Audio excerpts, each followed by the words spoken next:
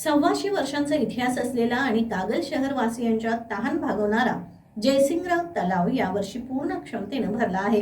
या ऐतिहासिक तलावाचं विधिवत जलपूजन छत्रपती शाहू महाराज यांच्या जनक घराण्याचे वंशज राजे वीरेंद्रसिंह घाटगे यांच्या हस्ते करण्यात आलं।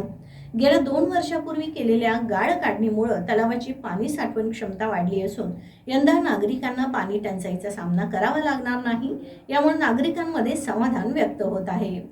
छत्रपती शाहू महाराजांच्या कार्यकाळात पिराजीराव घाटगे यांनी बांधलेला जयसिंगराव तलाव आज 131 वर्षांनंतरही मजबूत स्थितीत आहे।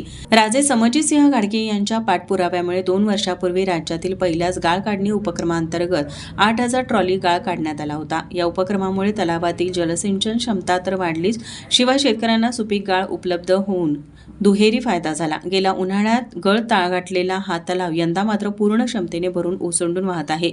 या जलपूजनावेळी परिसरातील मोठ्या संख्येने नागरिक उपस्थित होते।